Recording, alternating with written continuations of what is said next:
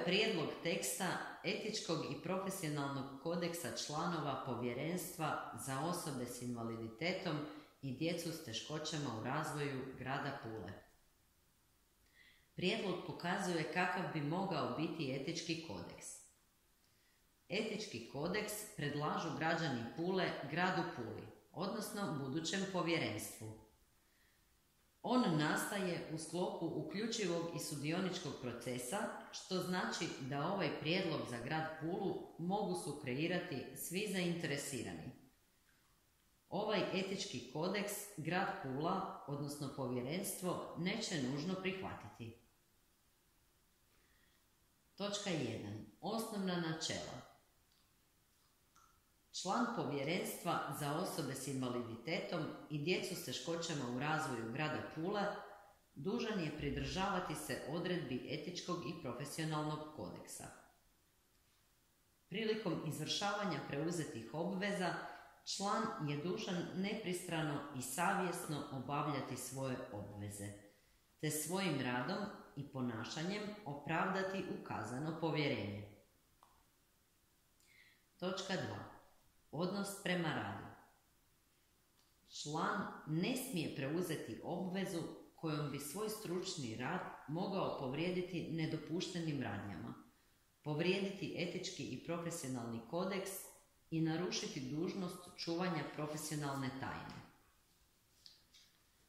Član je dužan preuzetu obvezu obaviti u dogovorenom roku.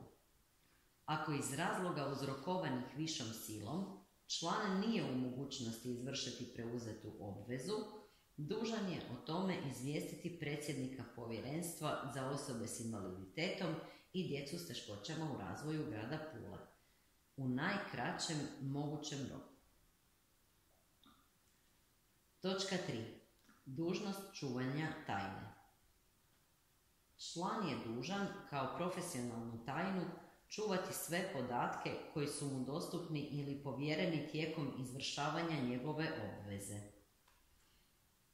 Dužnost čuvanja tajne odnosi se i na podatke koji su mu postali poznati prilikom sudjelovanja u radu povjerenstva, a imaju karakter službene tajne ili osobnih podataka, ili je odavanje tih podataka u suprotnosti s drugim zakonom zaštićenim interesima građana i pravnih osoba. Dužnost čuvanja tajne odnosi se na period mandata člana povjerenstva, kao i na period nakon isteka mandata povjerenstva. Odnos prema članovima povjerenstva. Član je dužan dolično se ponašati prema drugim članovima, te čuvati ugled i dostojanstvo.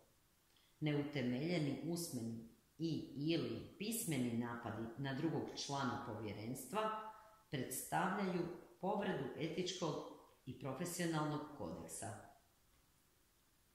Svojim djelovanjem ili suzdržavanjem član ne smije ugroziti ugled i dostojanstvo ostalih članova povjerenstva, niti smije zlorabiti povjerene mu poslove.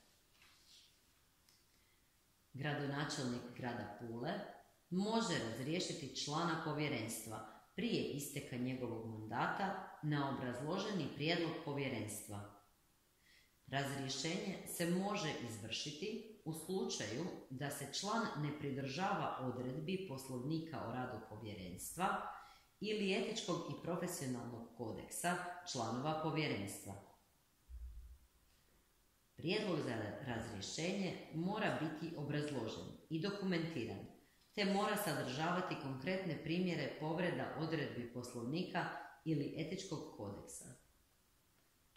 Odluku o razrješenju donosi gradonačelnik nakon što se članu povjerenstva omogući prilika da se izjasni o navodima iz prijedloga za njegovo razrješenje. Točka 5. Završne odredbe. Riječi i pojmovi korišteni u ovome dokumentu, koji imaju rodno značenje, odnose se jednako na muški i ženski rod, bez obzira jesu li korišteni u muškom i ženskom rodu. Ovaj etički kodeks stupa na snagu danom donošenja i objavljuje se na službenim stranicama grada Pule. Na kraju etičkog kodeksa trebaju biti navedene klasa i urudžbeni broj dokumenta, te mjesto i datum nastanka. Kodeks potpisuje predsjednik povjerenstva, a predsjednik povjerenstva bit će zamjenik gradonačelnika nadležan za područje društvenih djelatnosti, ukoliko grad Pula prihvati model povjerenstva kojeg predlažu građani.